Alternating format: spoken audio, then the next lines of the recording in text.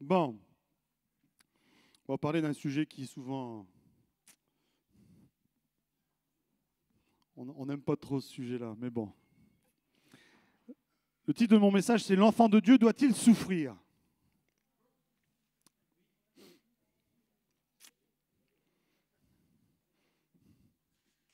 En tout cas, tous les enfants de Dieu que nous sommes, je peux poser les questions à tous. À un moment donné, on a tous souffert. Bien qu'enfants de Dieu. Après, la question, c'est comment nous avons géré ce temps de souffrance, ce temps d'épreuve. Comment nous l'avons géré, comment nous l'avons vécu.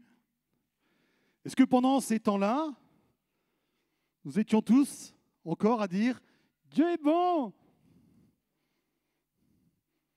En début d'année, est-ce que tu disais « Dieu est bon, Serge ?» Dieu est bon.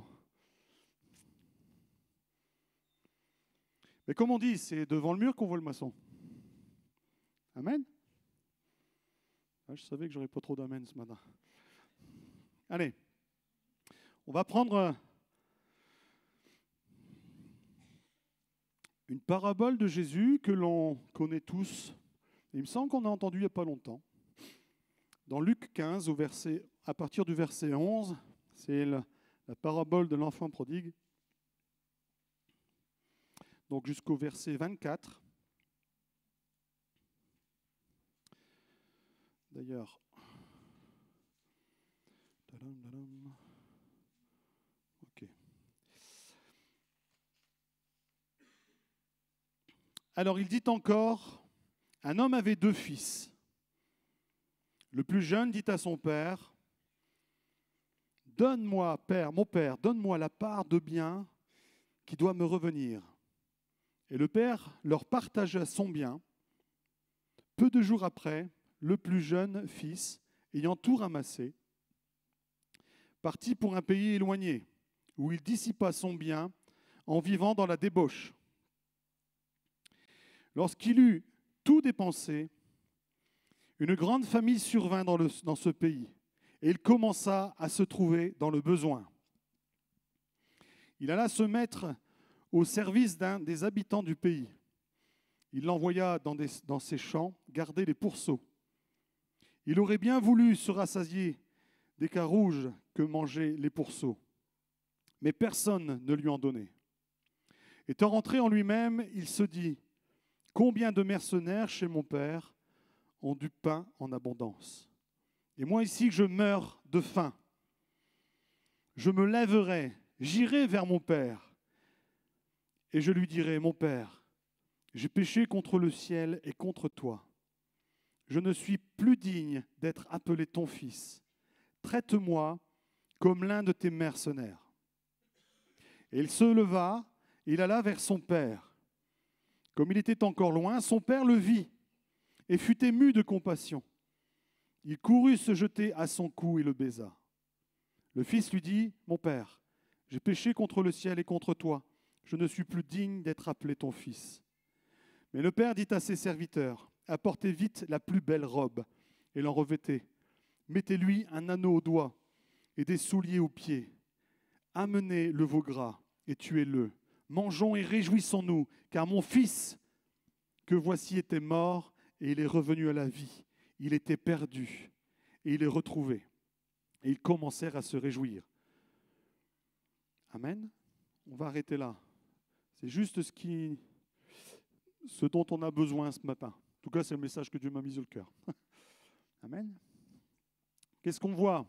On voit que là, un homme avait 2 fils, et le plus jeune demande sa part d'héritage. Il demande sa part d'héritage pour faire ce qu'il veut. Et dans ce que j'entendais pour préparer ce message dans le mot « jeune », c'est le plus jeune, c'est pour moi, c'était le pas encore mature, l'immature. Et j'avais cette image de l'adolescent. On est tous d'accord que dans notre vie, on a 5 étapes. On est bébé, après on est un enfant, après on est un ado, après on est un adulte, puis après on est vieux.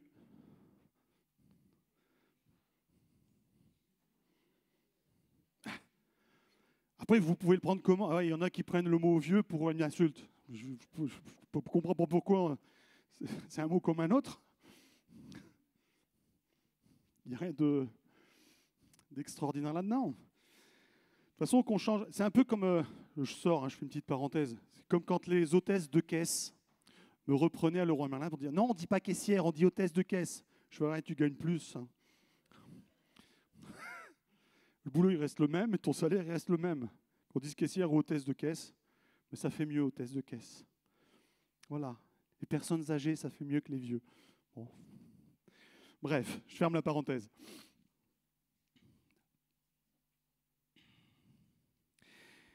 Et ces 5 étapes physiques, biologiques que nous vivons, on peut très bien les constater dans la vie spirituelle d'un chrétien. L'apôtre Paul nous dit qu'à un moment donné, nous sommes comme des enfants. Je ne peux pas vous donner de la nourriture solide, vous êtes encore au lait. Amen. Et il y a cette notion de travailler jusqu'à devenir à l'état d'homme fait. Donc il y a une croissance spirituelle qui est décrite dans la parole de Dieu. Et là, on voit bien que nous avons affaire à un ado. Un bébé, c'est totalement dépendant des adultes. Ça ne marche que par réflexe. Vous touchez un peu ses lèvres, il fait... Il cherche tout de suite ce qu'il va pouvoir téter. Mais il faut lui apporter la nourriture, il faut le laver, il faut tout lui faire. Complètement dépendant. Et quand nous demeurons dans la foi, nous sommes complètement dépendants de l'Église, totalement dépendants de la communion fraternelle. Si nous ne sommes pas vraiment entourés quand nous sommes convertis, on va avoir du mal à grandir. Oui ou non? Amen. Et puis, il y a l'enfance. Là, on gagne en autonomie. On commence à pouvoir manger tout seul. On est incapable, on est encore dépendant des adultes parce qu'on est incapable de se préparer son plat. Mais on est capable de manger nous-mêmes. On est capable d'aller aux toilettes nous-mêmes. On commence à se laver tout seul. On commence à acquérir une autonomie. C'est ça l'enfance. Amen. Et puis vient l'adolescence.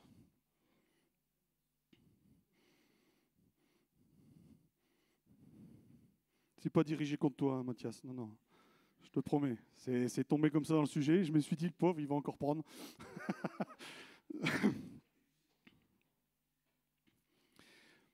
L'adolescence, en général, ce sont des personnes qui souffrent parce qu'elles ne sont plus des enfants. Elles ne sont pas des enfants, mais elles souffrent parce qu'elles ne sont pas encore reconnues adultes. Et là, il y a cette souffrance qui est là dans le cœur, il y a cette frustration qui grandit, qui commence à se transformer en revendication. Oui, mais je sais que. Qu'est-ce que tu viens encore me faire des leçons, là, adulte que tu es? Je sais. L'adolescent croit tout savoir. Et j'ai rien contre les adolescents, j'y suis passé. Donc, moi aussi, à l'âge de l'adolescence, je croyais tout savoir. J'ai rencontré mon épouse, ça nous énervait quand on nous disait « Mais vous pensez au mariage, vous êtes des gamins ?» Oh, ça nous énervait quand on nous disait ça. Comment ça, on est des gamins? Mais on connaît la vie. Et puis avec le recul, mais on ne connaissait rien du tout. Et spirituellement, c'est pareil. On a commencé à faire des expériences. On commence à pouvoir s'enseigner nous-mêmes, à se faire des idées sur certaines choses. Et on se croit, ça y est arrivé, je connais tout de Dieu. Et toi, tu vas me faire des leçons, même si tu as 30 ans de conversion. La dose spirituelle commence à se révéler, commence à regimber, parce qu'il commence à avoir des aspirations à être. ou à être reconnu. Amen. Il y a des chrétiens qui se reconnaissent? On est tous passés par là à un moment donné.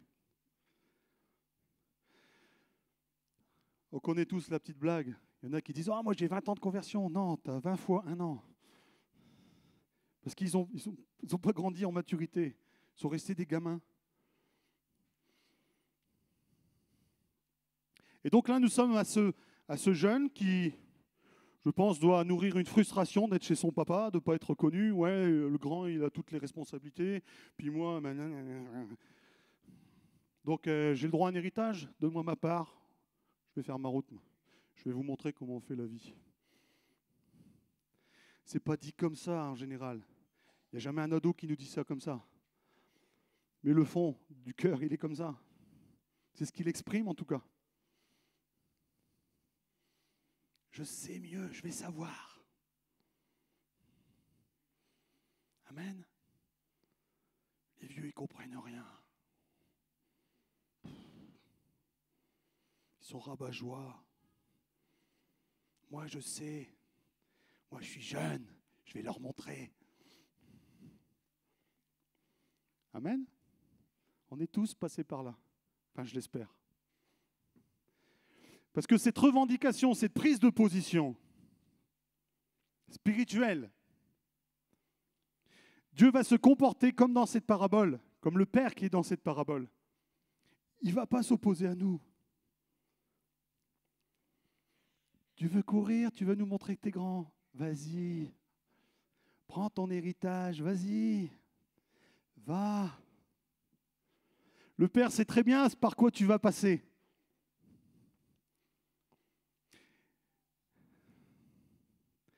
Et donc à la question, est-ce que le chrétien,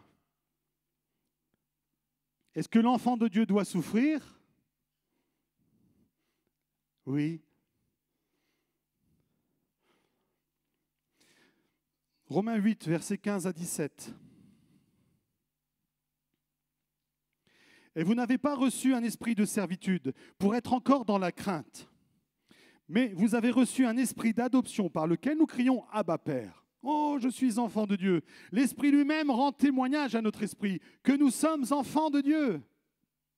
Or, si nous sommes enfants de Dieu, nous sommes aussi héritiers, héritiers de Dieu et co-héritiers de Christ. Alléluia! Co-héritiers de Christ. Éphésiens 1, versets 3 à 6.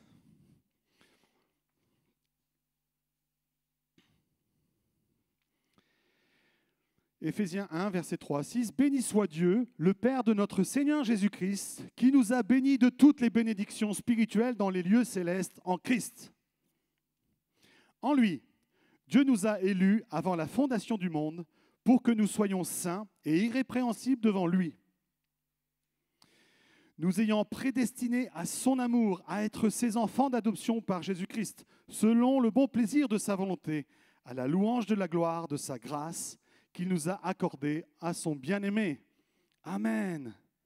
Amen. C'est bon ça. Il nous a bénis de toutes les bénédictions. Amen. Je suis enfant de Dieu, co-héritier de Christ. Bénis, bénis, bénis-moi. Amen. Et ouais, quand on est gamin, c'est donne-moi, donne-moi. Quand on est gamin, on va regarder. Vous n'avez jamais regardé les enfants quand on les sert, par exemple, on leur sert leur part de gâteau. Le gosse va commencer à manger, mais très vite, il va regarder ce que les autres ils ont pour vérifier que la part est au minimum égale. Sinon, que sa part soit plus grande que les autres. C'est certainement une preuve que celle, souvent, parce que souvent c'est la maîtresse de maison qui sert, l'aime plus. Et pourquoi lui, il en a plus gros que moi? Ça, c'est l'ado.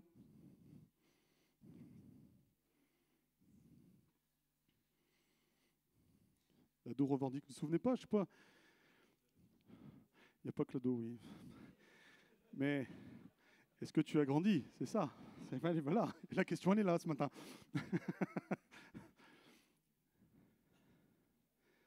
Et l'ado revendique sa part.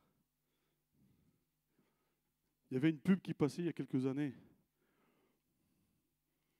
Le gosse, il arrive dans sa cuisine. « Maman, j'ai faim !» La mère était terrorisée devant son ado. mais c'est caricatural, mais c'est ce qui se passe. Et spirituellement, nous avons compris que Dieu a fait de nous ses enfants, ses co-héritiers de Christ, et on réclame les bénédictions. Et comme je suis enfant, tu dois me bénir aussi. Amen.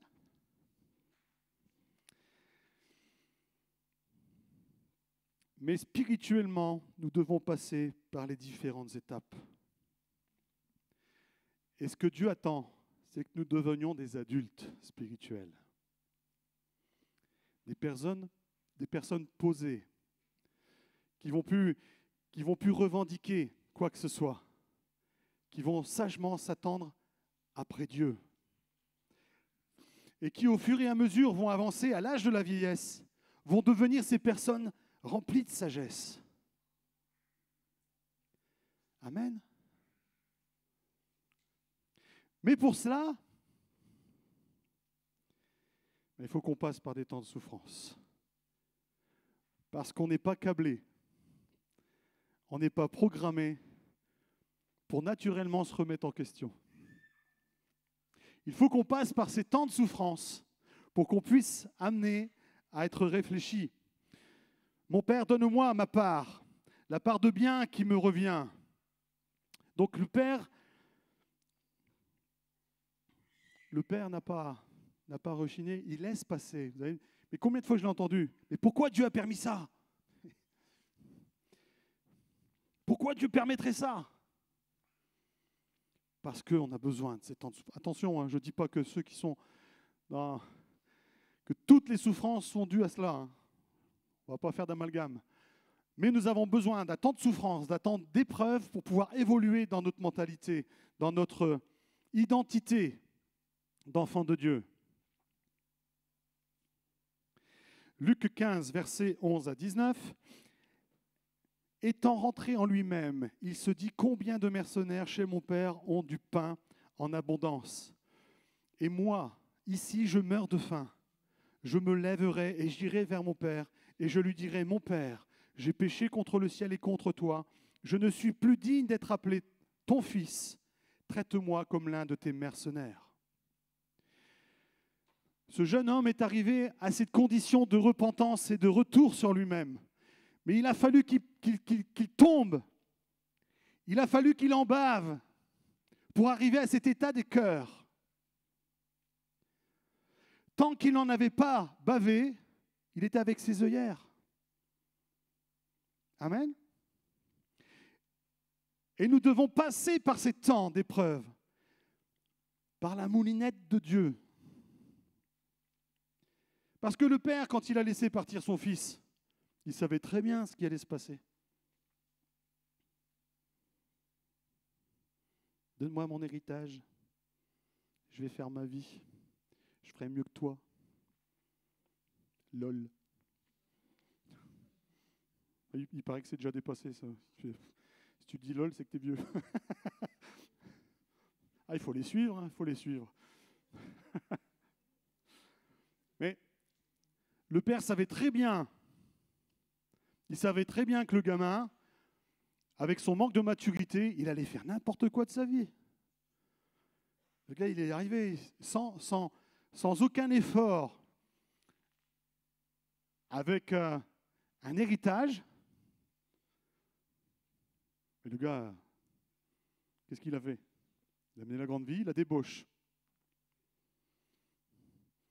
Tu parles d'une leçon.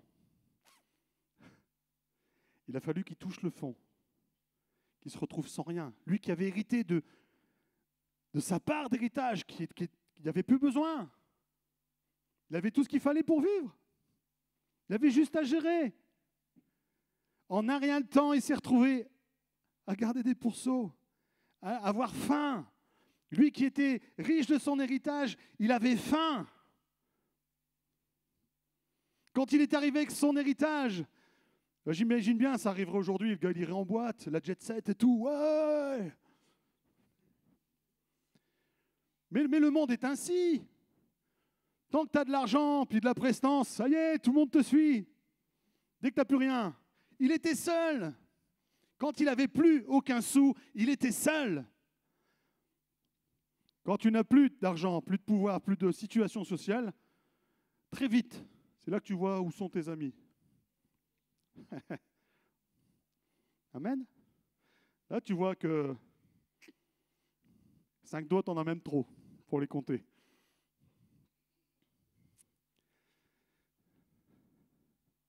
Il était dans ce cas-là, complètement esseulé, dans sa faim, dans sa misère, dans sa honte. Parce que quand il gardait les pourceaux, certainement que la jet set devait arriver, puis passer, puis dire « T'as vu où est-ce qu'il en est arrivé, l'autre là ?» Il ne fait plus la fête, là. Parce que quand on se prend une gamelle spirituelle, il y a comme il y a ce sentiment de honte, de culpabilité qui vient. Parce que soit on voit des regards, soit carrément on se prend des réflexions. Parce qu'il y en a qui...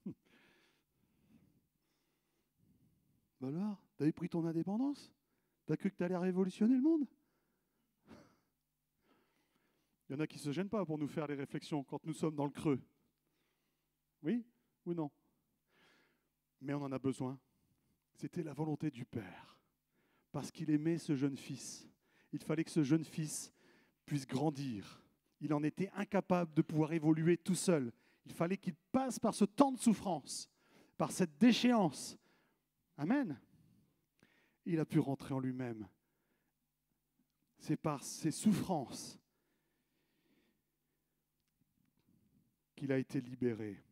Écoutez bien, 1 Pierre, chapitre 4, versets 1 à 2. 1 Pierre, chapitre 4, versets 1 à 2. Ainsi donc, Christ a souffert dans la chair. Christ ayant souffert dans la chair, vous aussi, armez-vous de la même pensée. Car celui qui a souffert dans la chair en a fini avec le péché, afin de vivre non plus selon les convoitises des hommes, mais selon la volonté de Dieu, pendant le temps qui lui reste à vivre dans la chair. Amen. La souffrance est une clé pour vaincre le péché. Amen. Ah mince. Je sais qu'au groupe d'hommes, ces derniers temps, on a parlé d'addiction. Quelle que soit l'addiction dans laquelle on est tenaillé, il faut passer par un temps de souffrance pour pouvoir la dominer. Amen. On est obligé. On est obligé de passer par un temps de souffrance. J'étais addict à l'alcool.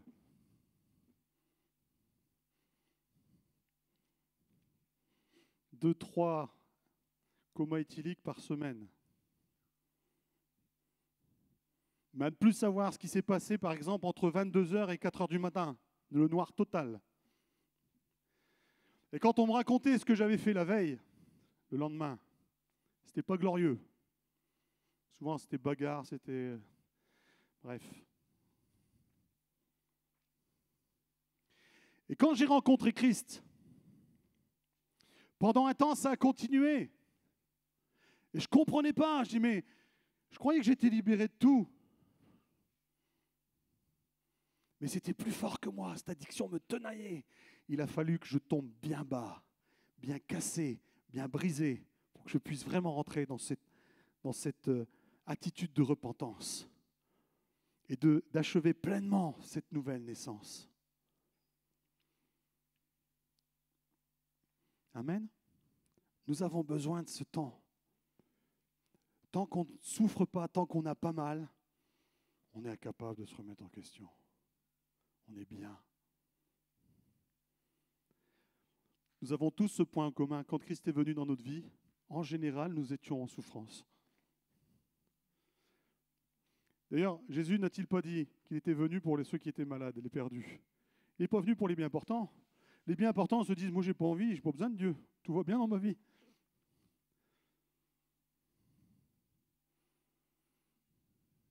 encore une maman récemment qui me disait, mais comment faire pour que mon enfant se donne à Christ? Parce que j'ai prié pour qu'elle soit brisée. Oh mais non, je ne peux pas. Mais si, tu peux. Quand tu as compris où ça amène le brisement, ce n'est pas de vouloir le mal de quelqu'un, bien sûr, ce n'est pas ça le sujet. Mais c'est quand nous sommes passés par des temps de souffrance, par un brisement profond, que nous avons touché le fond, nos sécurités ont sauté, notre confort a sauté, nous sommes dans un profond malaise. Quand un malheureux crie, l'Éternel l'entend, mais il faut qu'il soit malheureux pour qu'il puisse crier à fond vers Dieu. Amen.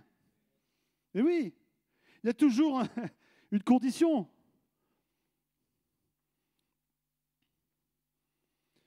On nourrit tous, enfin moi je nourris cette pensée, je dis, Père, j'aimerais bien un jour pouvoir vivre une résurrection. Mais obligatoirement, il faudra un mort. Seigneur, on veut des guérisons. Mais pourquoi on a toutes ces maladies au milieu de nous? Mais il faut des malades pour des guérisons. Il faut un cœur dans la souffrance, dans la tristesse, pour soupirer après la délivrance de Dieu. Si ton cœur est rempli de joie et de bonheur tu n'as pas de place pour Dieu. La personne à qui rien ne manque, pas de place pour Dieu. Ah, c'est pour toi, ça, c'est pas pour moi, j'en ai pas besoin. C'est pas ce qu'il dit, mais Amen. Nous avons vraiment besoin de vivre ces temps de souffrance. Psaume 51, verset 19. Les sacrifices qui sont agréables à Dieu, c'est un esprit brisé. Ô Dieu, ne dédaigne pas mon cœur brisé et contrit. Il faut être brisé pour vraiment rentrer dans l'écoute de Dieu. Amen. On va revenir sur Romains, le passage que j'ai lu tout à l'heure.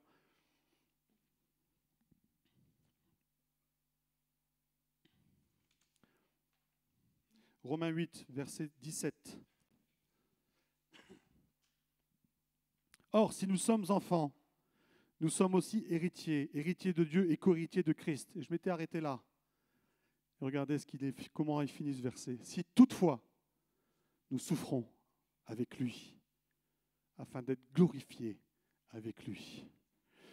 Il faut accepter de passer pendant un temps par un temps de souffrance, afin que notre moi-je ne soit plus. Le prophète dira, déchirez vos cœurs et non vos vêtements. Il faut que ça soit de l'intérieur. Tu peux jouer les évangéliques pendant 30 ans. C'est pour ça que des fois, tu as 30 fois un an. Parce que tu n'es pas passé par le brisement. Tu n'es pas passé par le brisement. Dieu n'a pas pu travailler profondément ton cœur. Alors je sais, ce n'est pas agréable. Mais c'est nécessaire et c'est bon. C'est pour ça que des fois, il y en a qui sont choqués. Quand on m'annonce quelques souffrances, je ne dis pas toutes, attention, on est d'accord. Je ne dis pas que toutes les souffrances sont dans ce cadre-là. Mais il y a des souffrances, quand tu entends la gloire à Dieu.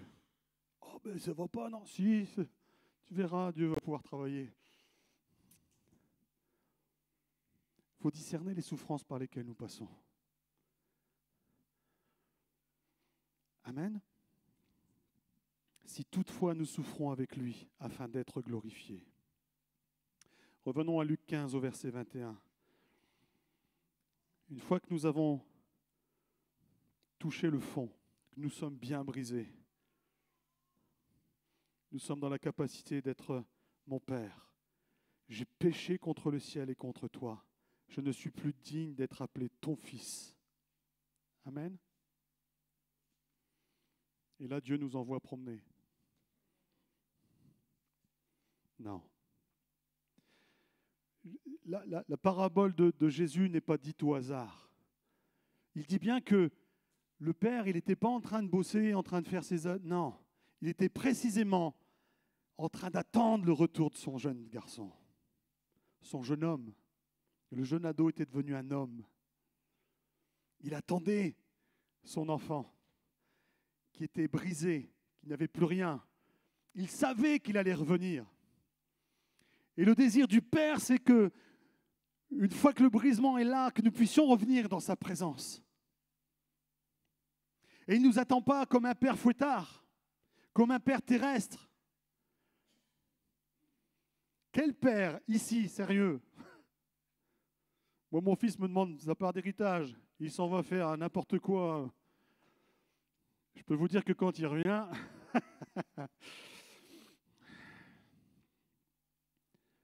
là non, ce n'est pas un père terrestre. C'est le Père. C'est le Père. Il ne lui fait aucun reproche. À aucun moment on doit te dire, qu'est-ce que tu as fait de mon héritage? Alors, gros malin. À aucun moment, Jésus ne fait mention de cela. Au contraire, il appelle ses serviteurs. Apprêtez mon fils. Ils ont dû très certainement le laver. Quand tu as servi des porceaux, tu ne sens pas la rose. Ils lui ont mis un vêtement blanc. Mettez-lui un vêtement blanc. Dieu, quand tu reviens brisé devant lui, il restaure ta sainteté. Il restaure ton cœur dans sa pureté. Il te lave. Amen. Mettez-lui l'anneau au doigt. Il te reprend, mais pas comme un mercenaire, comme le fils l'avait voulu. Il le rétablit dans sa condition de fils. L'anneau, c'est l'anneau du... Le gars, il appartient à la famille. Un peu comme les Italiens, là, les mafieux. Là. Ils ont tous leurs chevalières. Là. Et j'appartiens au cartel. Là. Mais c'était le même cas. C'est comme le sceau royal. Je suis enfant de Dieu, co-héritier de Christ. Et malgré tout ce que j'ai pu faire, si bas que j'ai pu descendre, toute la souffrance que je me suis infligée, bête que j'étais, moi qui me croyais si intelligent, moi qui croyais avoir tout compris, je suis tombé si bas, j'étais la honte de ma famille. Et Dieu refait de moi son enfant de Dieu. Et on parle d'un fils, frères et sœurs. C'est souvent un passage que l'on prend pour évangéliser. Mais là, on parle d'un fils. Combien d'enfants de Dieu on est tous en flèche quand on vient d'être converti. Tout est beau, l'église est merveilleuse. Alléluia, on bénit Dieu pour tout. Dieu est bon en tout temps. Puis selon les personnes, 6 mois après, plus de bonhomme. Ou 1 an, ou 2 ans, ou 3 ans. Mais tôt ou tard, boum, il y a une chute. Et bien souvent, la plupart dans l'église ne comprennent pas. Mais qu'est-ce qu'il nous fait, lui? Mais il était si poubé. Qu'est-ce qui se passe? Mais je ne comprends pas. Pourtant, on l'a enseigné. Il était là. Enfin, je ne sais pas pourquoi il lui... Puis on se dit, mais non, c'est le processus normal. C'est le processus normal.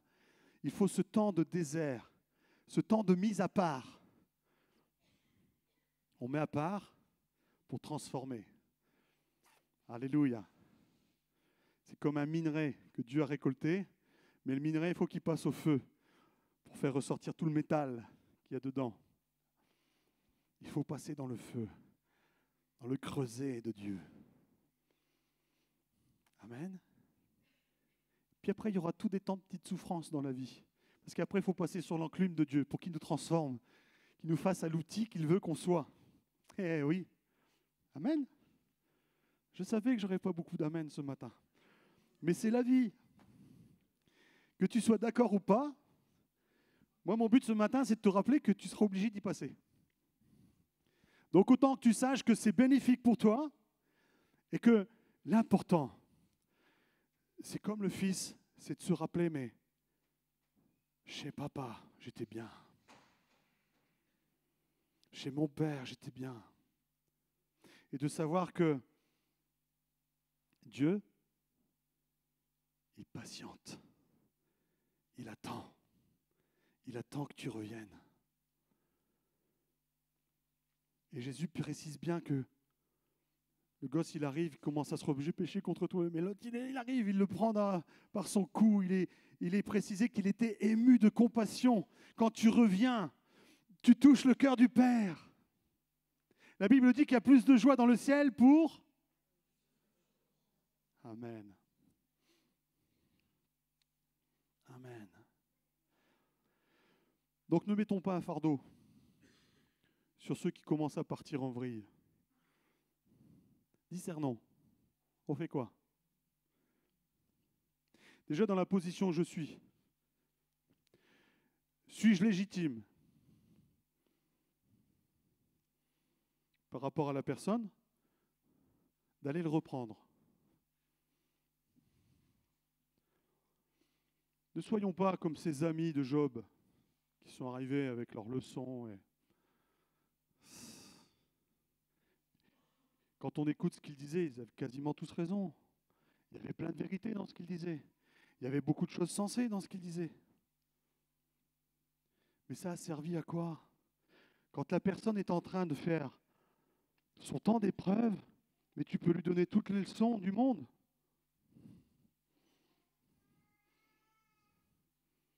Ah ben, il a un cœur rebelle. Hein. Je lui ai parlé pendant 1 heure, il n'a rien entendu. Ben oui, c'est normal. Il n'est pas en position d'entendre. Quand un pilote d'avion est en train de faire un piqué parce que son moteur est lâché, tu peux lui lancer des conversations sur la radio, hein, il ne t'entendra pas. Hein. Il est préoccupé à sa chute. Il tombe sûrement. Il va se scratcher.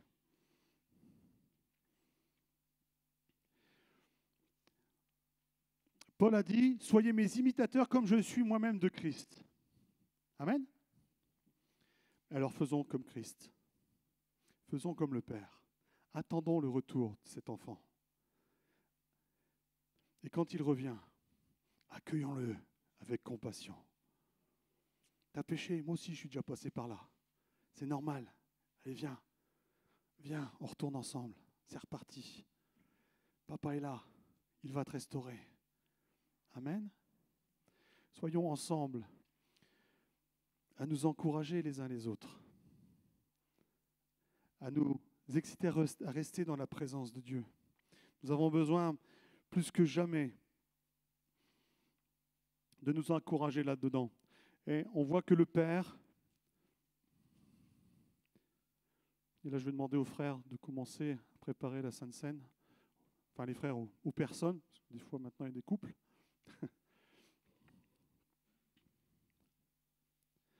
Le Père, pour sceller ce retour, il fait tuer le veau. Il y a ce sacrifice qui est fait. Là, c'est par le sang de Jésus que nous sommes en capacité d'être lavés, purifiés, restaurés, renouvelés dans cette identité d'enfant de Dieu, de co-héritier de Christ. Amen. Et Dieu nous restaure dans cette identité. Dieu ne veut pas t'accabler. Dieu ne veut pas te lapider. Alors il est temps, j'aimerais qu'on commence à se mettre en prière. Peut-être que tu es en ce moment dans ce temps de souffrance.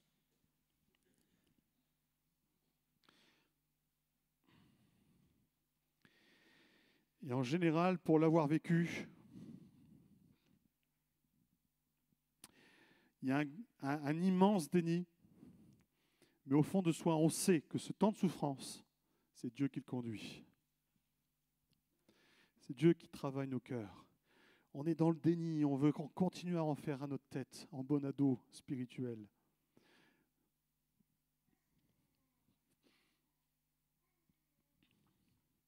Si tu es dans ce temps de souffrance, Père, que ta volonté soit faite. Si c'est possible, hâte mon brisement. Je sais que notre chair est comme celle de Christ dans le jardin de Gethsémane. Si tu peux éloigner cette coupe de moi, mais non, que ta volonté soit faite. Père, personne d'entre nous n'a envie de souffrir. Personne ne prend de plaisir dans la souffrance. Mais ce matin, tu nous fais comprendre que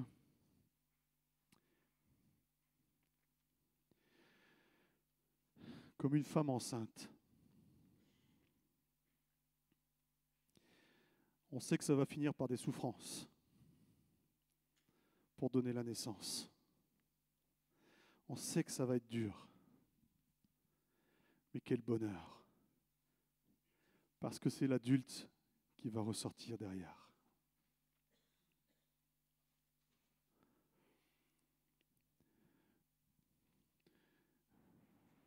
Peut-être que ça fait des années que tu souffres.